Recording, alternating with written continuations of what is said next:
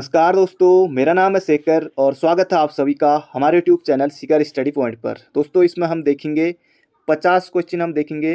वो होंगे सामान्य ज्ञान के। यहाँ पर लिखा है भाग 1 सामान्य ज्ञान 50 क्वेश्चन। इसके अलावा उत्तराखंड के रहेंगे 33 क्वेश्चन।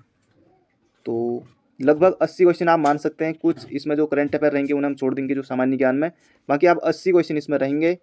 तो ये आपके लिए बहुत ज़्यादा महत्वपूर्ण वीडियो होने वाली है। और इससे पहले दोस्तों, अगर आपने चैनल को अभी तक सब्सक्राइब नहीं किया हुआ है तो चैनल को जरूर सब्सक्राइब कर लीजिएगा और साथ ही बेल आइकन भी जरूर दबाएगा, ताकि इस तरह की ये सीरीज़ हमारी हर रोज़ आती है। और उत्तराखंड से संबंधित जो भी नोटिफिकेशन होती है यूकेपीएससी या फिर यूके त्रिपल एससी के द्वारा, तो सब कुछ आपको अपडेट दिया जाता है, कब एग्जाम है, सब कुछ आपको दिया जाता है। तो इसके लिए सब्सक्राइब जरूर कर लीजिएगा। तो इसमें हम सबसे पहले बात करेंगे दोस्तों, उत्तराखंड देखेंगे हम, और उसके बाद देखेंगे जो एग्जाम में आए हुए प्रश्न है। बाकी ये सभी महत्वपूर्ण प्रश्न आपको लग ही रहा होगा, आपको देखकर जैसे ये वाला प्रश्न, ये प्रश्न सब आपको महत्वपूर्ण लग रहे होंगे। तो पहले हम देख लेते हैं उत्तराखंड के प्रश्नों को, उसके बाद हम देखेंगे इन प्रश्नों को। उससे पहले दोस्तों, आज आपका जो प्रश्न है वो है भोटिया और हुणियों पर, भोटिया और हुणियों पर सिरती नामक कर किसने लगाया था। तो ये आज आपको बताना है, भोटिया व हुणियों पर सिरती नामक कर किस शासक ने लगाया था, किस चंद्र शासक ने लगाया था, ये आज आपको बताना है। और कल का जो प्रश्न था वो भी मैंने परीक्षावाणी के अनुसार ही बताया था। जो पहला ही प्रश्न था वही प्रश्न गलत बता दिया था। और फिर उसके बाद परीक्षावाणी में, क्योंकि जो नई परीक्षावाणी है लगभग मेरे पास 2-3 परीक्षावाणी हो गई है पुरानी, मतलब कि उस बदल बदल के, तो नए नया बिल्कुल नया वाला एडिशन भी मेरे पास है।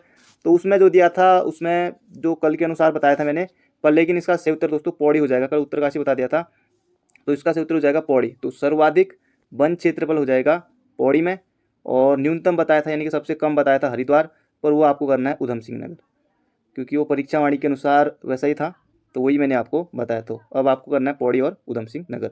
तो अब बात कर लेते हैं उत्तराखंड के प्रश्नों की। आज जो हमारे उत्तराखंड के प्रश्न रहने वाले हैं दोस्तों, ये रहने वाले हैं वन लाइनर के रूप में। तो लगभग 33 प्रश्न है। तो जल्दी से हम इन्हें देख लेते हैं, इसके बाद देखेंगे जीके के प्रश्नों को। तो पहला प्रश्न है, ये यहाँ तक 7 प्रश्न तक करंट अफेयर में आप इन्हें ले सकते हैं। भारत का पहला ग्लास ब्रिज कहाँ बनेगा। तो इसका सही उत्तर हो जाएगा कहाँ बनेगा, ये ऋषिकेश में वहाँ बन रहा है। अगला है, उत्तराखंड की ग्रीष्मकालीन राजधानी किसे घोषित किया गया था, गया है तो गैरसैंण को किया गया है। और मार्च 2020 में उस समय किया गया था, उस वाले बजट में। और 8 जून 2020 को ग्रीष्मकालीन राजधानी ये बन गई थी। अगला प्रश्न है, उत्तराखंड का सबसे बड़ा बायोडाइवर्सिटी पार्क कहाँ खोला गया है। तो महत्वपूर्ण है, करंट अफेयर की दृष्टि से इसे याद रखेगा। तो भारत का उत्तराखंड का सबसे बड़ा बायोडाइवर्सिटी पार्क ये हल्द्वानी में। अगला है, भारत का पहला लाइकेन पार्क कहाँ। महत्वपूर्ण प्रश्न है, एग्जाम में आपको देखने को मिल जाएगा। तो मुनस्यारी पिथौरागढ़ याद रखेगा। भारत का पहला लाइकेन पार्क कहाँ, मुनस्यारी पिथौरागढ़ में। अगला प्रश्न है, 2020 में द्रोणाचार्य पुरस्कार राज्य के किस व्यक्ति को मिला है। द्रोणाचार्य पुरस्कार मिला है गोल्डन बॉय जसपाल राणा को। निशानेबाजी संबंधित है, ऑप्शन नहीं है, सीधे वन लाइनर है, तो जसपाल राणा को। आदत होगी है। राज्य में रोजगार देने के लिए किस पोर्टल को लॉन्च किया गया है। तो होप को किया गया था। होप की फुल फॉर्म आ सकती है हेल्पिंग आउट पीपुल एवरीवेयर, तो ये फुल फॉर्म आ सकती है। बाकी सब कुछ इंग्लिश में भी लिखा रहेगा, हिंदी में भी, तो इस तरह से होप की फुल फॉर्म आ सकती है, तो याद रखिएगा। अगला प्रश्न है, गढ़वाल राइफल का युद्ध घोष क्या है। तो ये पूछा गया प्रश्न किसमें, फॉरेस्ट गार्ड में। तो गढ़वाल राइफल का युद्ध घोष क्या है, तो जय बद्री विशाल, याद रखेगा। गढ़वाल का हतिमताई किसे कहा जाता है, तो कुंवर सिंह नेगी ने, ये बैरिस्टर मुकुंद लाल ने इनको कहा था। ब्रेल लिपि के लिए जाना जाता है। अगला, नंदा देवी राष्ट्रीय उद्यान की स्थापना की गई। तो 1982 में की गई थी, और 624 वर्ग किलोमीटर में क्षेत्रफल है। अगला है, टिहरी के राजा ने सर्वप्रथम अपने नाम पर शहर स्थापित किया था। ये कब किया था, ये किया था प्रताप शाह ने। तो ये आपको याद रखना है, प्रताप शाह। टिहरी में पुलिस विभाग की भी इन्होंने स्थापना की थी पहले, और प्रताप शाह अपने नाम के आगे शहर भी बसाया था इन्होंने, प्रताप शाह ने। और प्रताप नगर जलकू नदी के तट पर है। अगला है, तिलाड़ी कांड। तो मई 1930 की जगह उससे पहले हम लगा देंगे 30, तो 30 मई 1930, तो ये भी आपको याद रखना है, तिलाड़ी कांड 30 मई 1930 को। अगला है, गंगा को राष्ट्रीय नदी कब घोषित किया गया। तो ये किया गया 4 नवंबर 2008 को। सभी के सभी प्रश्न दोस्तों महत्वपूर्ण है। ये आपको बस कोई आपसे पूछे कि कुछ भी पैसे, जैसे तिलाड़ी कांड कब हुआ था, तो सीधे आपको बताना है 30 में 1930 को। बाकी आपको सब ये अब रट्टा तो आप इनको मानना ही पड़ेगा, क्योंकि एग्जाम में आते हैं प्रश्न ये इस तरह के। अगला है, एक नाली भूमि में कितनी मुट्ठी होती है। तो 16 मुट्ठी होती है, याद रखेगा, इस तरह से प्रश्न बनता है। अगला प्रश्न है, उत्तराखंड में सेंटर फॉर एरोमेटिक प्लांट का है। तो महत्वपूर्ण है ये भी। उत्तराखंड में सेंटर फॉर एरोमेटिक प्लांट कहाँ है? तो सेलाकुई, ये देहरादून, याद रखेगा, महत्वपूर्ण है। अगला है राज्य गठन के बाद अंतरिम विधानसभा में सदस्यों की संख्या कितनी थी? तो महत्वपूर्ण प्रश्न है, तो 30 थी। राज्य गठन के बाद अंतरिम विधानसभा में सदस्यों की संख्या 30 थी, याद रखेगा, महत्वपूर्ण है, एग्जाम में प्रश्न आया हुआ था। गढ़वाल हितकारिणी सभा तारादत्त गढ़वाल ने 1901, गढ़वाल यूनियन, याद रखेगा, सभी के सभी महत्वपूर्ण है, बाकी इनको आपको रटना ही पड़ेगा, कुछ भी करके याद आपको करना ही पड़ेगा। गढ़वाली पत्रिका का संपादन किसने किया? तो एग्जाम में आएगा, बाकी वहाँ ऑप्शन रहेंगे, तो यहाँ से आप याद रखें, गिरिजा प्रसाद नैथानी गढ़वाली का। वैसे गढ़वाली 1905 में, गढ़वाल 1902 में। अगला कुजड़ी वन आंदोलन का संबंध किससे है? तो टिहरी रियासत में चला था कुजड़ी वन आंदोलन। अगला खास पट्टी वन आंदोलन का नेतृत्व किसने किया था? तो ये है सदानंद गैरोला ने। तो महत्वपूर्ण प्रश्न है, सदानंद गैरोला। अगला प्रश्न है, कांग्रेस के अमृतसर अधिवेशन में राज्य से नेतृत्व किसने किया? तो मुकुंदी लाल गए थे, तो इसका सूत्र हो जाएगा मुकुंदी लाल। अनुसुईया प्रसाद भी थे इसमें। अगला है, कांग्रेस के अमृतसर अधिवेशन किस वर्ष हुआ था? तो ये 1919 का हुआ था। गढ़वाल कांग्रेस कमेटी की भी स्थापना हुई थी 1918 में। अगला है, टिहरी में आधुनिक किसान आंदोलन का जन्मदाता। टिहरी में आधुनिक किसान आंदोलन का जन्मदाता जनक गोपाल सिंह राणा, गोपाल सिंह राणा। बाकी दोस्तों ये पीडीएफ आपको टेलीग्राम पर मिल जाएगी, डिस्क्रिप्शन में लिंक है, जुड़ जाइए। टेलीग्राम पर जो लोग नहीं जुड़े हैं वो लोग जुड़ जाइए, लिंक, बाकी टेलीग्राम लिंक ओपन ना हो तो आप सर्च कर सकते हैं, उसमें सब लिखा हुआ है। तो गोपाल सिंह राणा को महत्वपूर्ण प्रश्न एग्जाम में देखने को आपको मिल जाएगा। अगला, कुली बेगार के खिलाफ किस राष्ट्रीय नेता ने आवाज़ उठाई थी? तो मदन मोहन मालवीय ने। अगला प्रश्न है, उत्तराखंड का जननायक, ये कहा जाता है हरगोविंद पंत को, हरगोविंद पंत को। तो विक्टर मोहन जोशी ने कहा था, तो हरगोविंद पंत हो जाएगा। सल्टका गांधी भी हरगोविंद पंत को कहा जाता है, और इनका जन्म हुआ था चितई में, अल्मोड़ा में। अगला है, गंगोत्री में गंगा माता का मंदिर किसने बनाया था? तो याद रखेगा, महत्वपूर्ण प्रश्न है, अमर सिंह थापा। महत्वपूर्ण प्रश्न है, सभी के सभी पूछे गए हैं एग्जाम में। जागेश्वर मंदिर के भीतर किस राजा की मूर्ति है? तो यह है दीपचंद की, दीपचंद की। तो इसका सही उत्तर हो जाएगा दीपचंद। अब दोस्तों ये जागेश्वर है, कौन सी नदी बहती है इधर? कौन सी नदी बहती है ये आप बताएगा, जो लोग अभी तक देख रहे हैं, कौन सी नदी बहती है जागेश्वर में। अगला है, चंडी देवी का प्रसिद्ध मंदिर क्या है? तो चंडी देवी ये हरिद्वार में है, चंडी देवी, माया देवी, ये सब। अगला प्रश्न है, बद्रीनाथ मंदिर किस पर्वत पर है? तो बद्रीनाथ मंदिर चमोली में है, अलकनंदा नदी बहती है उधर, तो नर नारायण पर्वत हो जाएगा इसका सही उत्तर, नर नारायण पर्वत। अगला है, उत्तराखंड राज्य के दूसरे राज्यपाल कौन थे? उत्तराखंड के दूसरे राज्यपाल सुदर्शन अग्रवाल, सुदर्शन अग्रवाल। तो ये आपको बिल्कुल याद रखना। पहले कौन थे? सुरजीत सिंह बरनाला। अगला है, उत्तराखंड की पहली महिला राज्यपाल मार्गरेट अल्वा, ये भी आपको याद रखना है। उत्तराखंड के पहले निर्वाचित मुख्यमंत्री एनडी तिवारी, 2002 में बने थे। उत्तराखंड के चौथे मुख्यमंत्री भूपेन चंद्र खंडूरी, पांचवें आएगा तो निशंक, तो ये भी आपको याद रखना है। बाकी मुख्यमंत्री कौन थे, राज्यपाल कौन थे, सभी आपको ये उंगलियों पर याद आपको होने चाहिए। तो अब बात कर लेते दोस्तों, ये हमारे 33 प्रश्न पूरे हो गए हैं, बाकी पीडीएफ आपको टेलीग्राम पर मिल जाएगा। अब बात कर लेते तो जीके के प्रश्न है उनमें, क्योंकि उसमें जीके का उसमें उत्तराखंड का एक भी प्रश्न नहीं है, तो इसके लिए हमने पहले उत्तराखंड देख लिए। तो दोस्तों पहला प्रश्न है यहाँ पर हमारा, तो हमने उत्तराखंड तो देख लिए पहले, अब हम देखेंगे सामान्य ज्ञान के प्रश्नों को, सभी के सभी महत्वपूर्ण है और जल्दी से आपको भी बताना है। कौन सा संविधान संशोधन जीएसटी से संबंधित है? तो इसका सही उत्तर हो जाएगा ऑप्शन नंबर डी।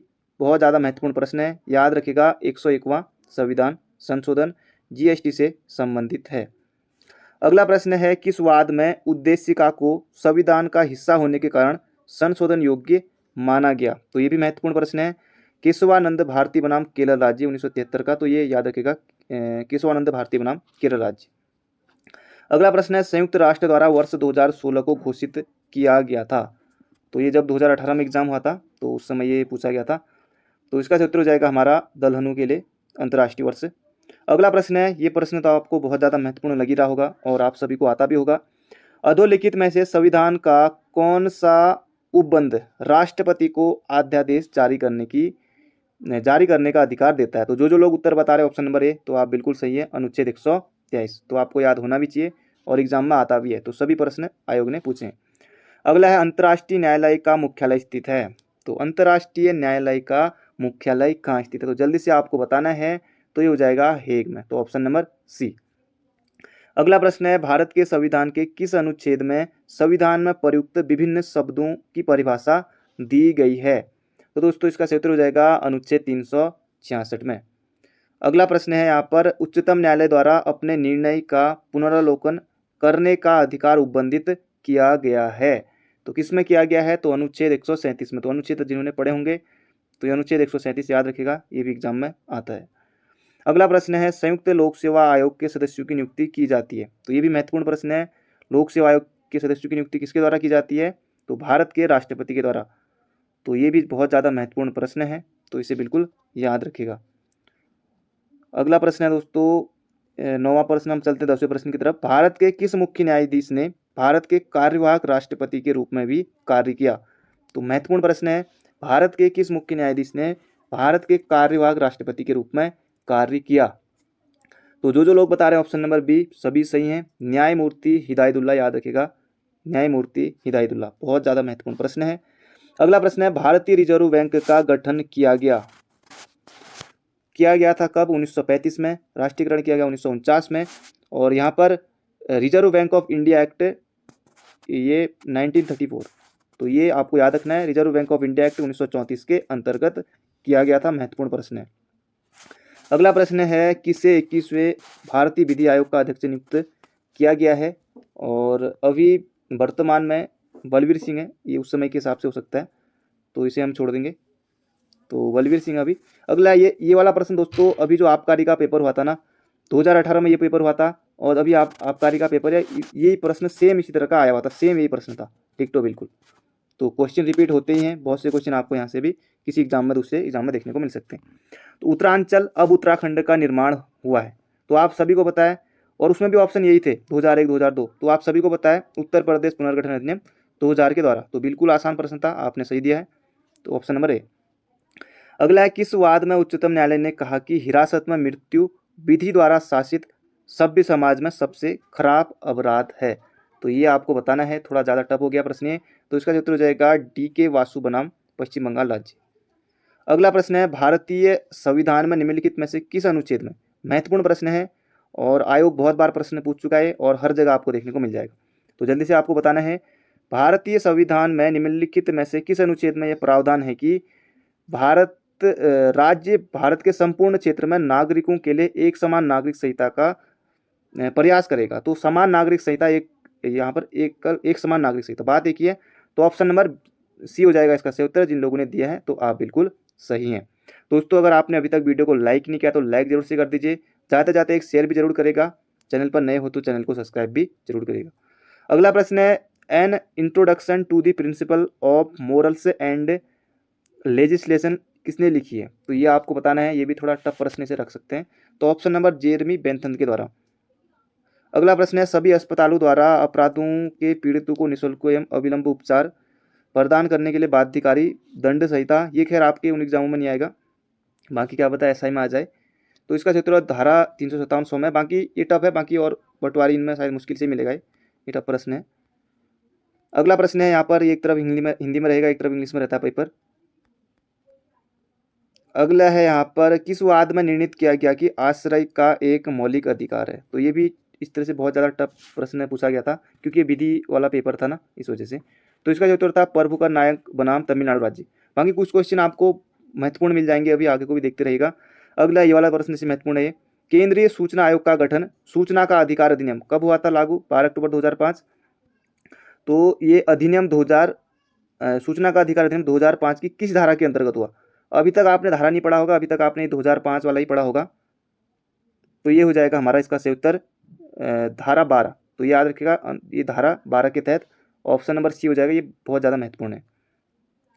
अगला प्रश्न है, गुरुंड नाम नॉर्म्स का शब्द अपनी विचारधारा में प्रयुक्त किया गया? तो इसे भी आप टफ प्रश्न में रख सकते हैं बहुत ज़्यादा। तो ये इसका सही उत्तर जो दिया गया था आंसर की में, तो ये हो जाएगा हॉर्न से कैंसन के द्वारा। अगला है, बाकी ये आपके लिए बिल्कुल आसान प्रश्न आ गया फिर से।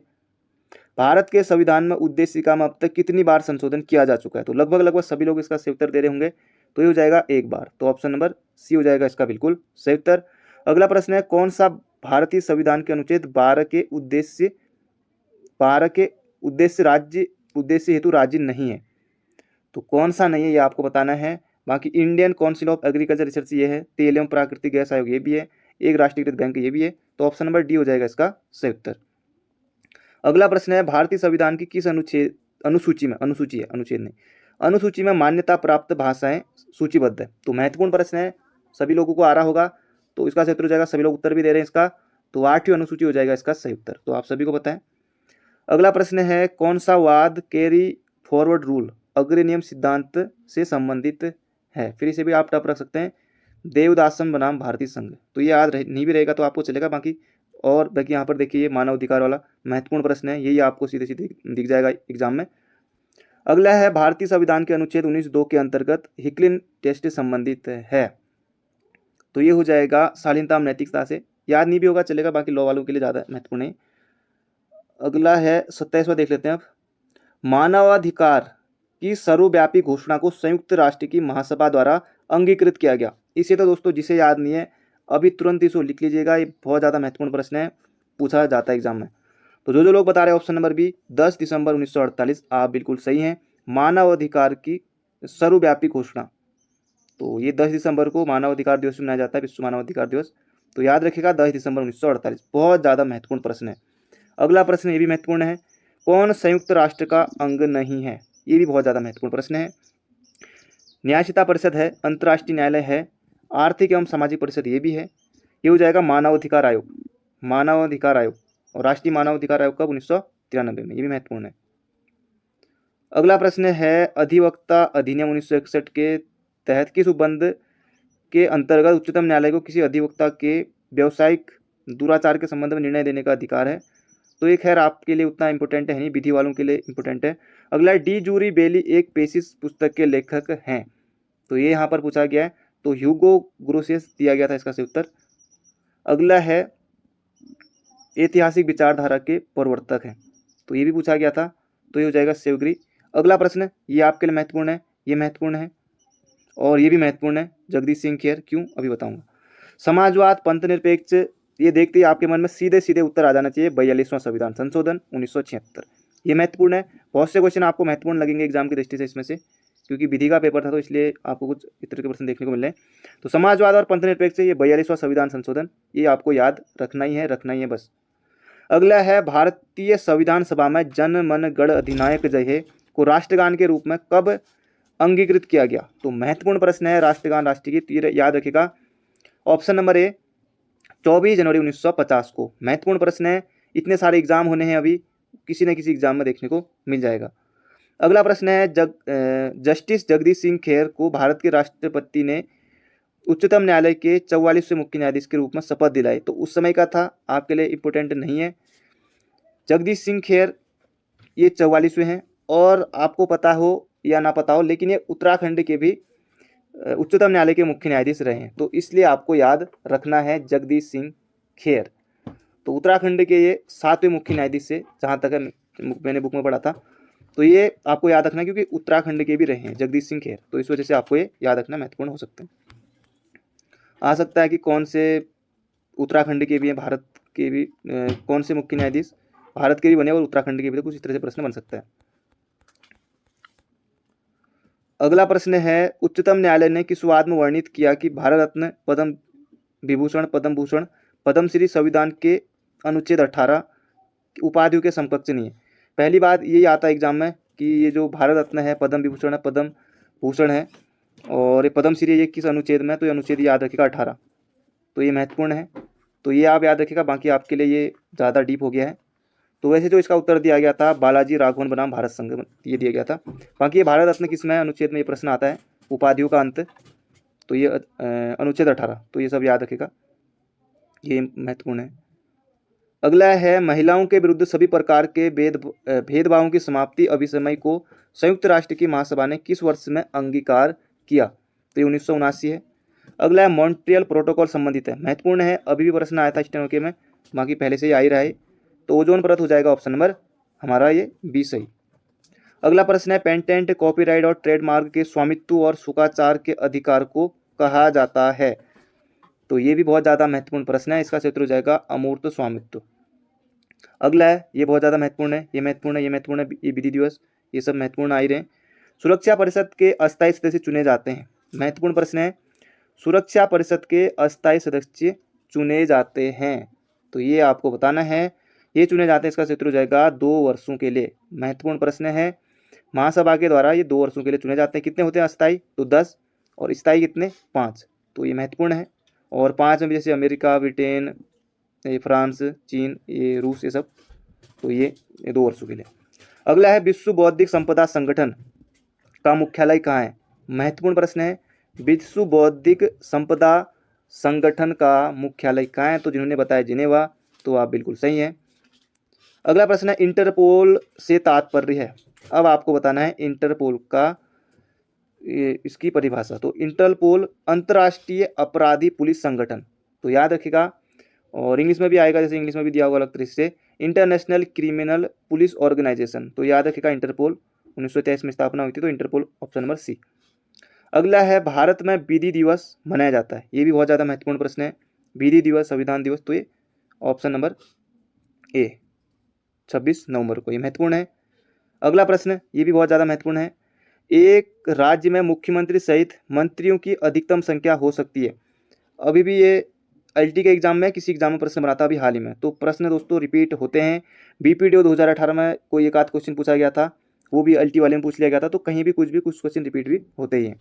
तो एक राज्य में मुख्यमंत्री सहित मंत्रियों की अधिकतम संख्या हो सकती है, तो राज्य की विधानसभा की कुल संख्या का 15%, तो ऑप्शन नंबर बी, ये याद रखेगा। तो ये आपको बिल्कुल याद रखना, ऑप्शन नंबर बी हो जाएगा, राज्य की विधानसभा की कुल संख्या का 15%। अगला प्रश्न है, ये सब ज़्यादा विधि वालों के लिए हैं, और आगे बढ़ लेते हैं। यहाँ पर ये 47वां देख लेते हैं। भारत के मामले में क्षेत्रीय जल सीमा को विस्तारित किया गया है, तो ये महत्वपूर्ण आपके लिए हो सकता है प्रश्न। भारत के मामले में क्षेत्रीय जल सीमा को विस्तारित किया गया है, ये महत्वपूर्ण प्रश्न एग्जाम में दिख सकता है। तो 12 नॉटिकल मील जो बता रहे हैं, इसका सही उत्तर है 12 नॉटिकल मील। अगला प्रश्न है, भारत के संविधान का कौन सा अनुच्छेद आपातकाल की उद्घोषणा होने पर स्वतः निलंबित हो जाता है? अनुच्छेद 21 या 19, इनमें से आपको बताना है। तो इसका सूत्र हो जाएगा अनुच्छेद 19, तो याद रखना है, महत्वपूर्ण प्रश्न है। अगला प्रश्न है, भारत के संविधान के अनुच्छेद 15 में खंड 5 जोड़ा गया था, किस संशोधन के द्वारा? तो ये आपको बताना है। तो जो लोग बता रहे 93 और संविधान संशोधन, तो आप बिल्कुल सही है, ऑप्शन नंबर सी। अगला प्रश्न है, भारत के संविधान में किस अनुच्छेद के अंतर्गत उच्चतम न्यायालय ने क्यूरेटिव पिटीशन को विकसित किया है? तो ये भी महत्वपूर्ण है, अनुच्छेद 142। तो ये ज़्यादा ही डीप आ गया। और बाकी बहुत सारे क्वेश्चन दोस्तों ऐसे थे, इसमें 30 से 35 क्वेश्चन लगभग, वो आपके आगामी एग्जाम के लिए महत्वपूर्ण जीके के हो सकते हैं, तो उन्हें आप बिल्कुल याद रखेगा। और बाकी उत्तराखंड भी हमने देख लिए। तो मिलते हैं बहुत जल्दी एक नई वीडियो में। तो thank you friend, thank you so much. Video को लाइक नहीं किया तो लाइक जरूर से कर दीजिए, और चैनल पर नए हो तो चैनल को सब्सक्राइब भी जरूर कर लीजिएगा। तो मिलते हैं बहुत जल्दी, अपना ध्यान रखिए, पढ़ाई करते रहिए।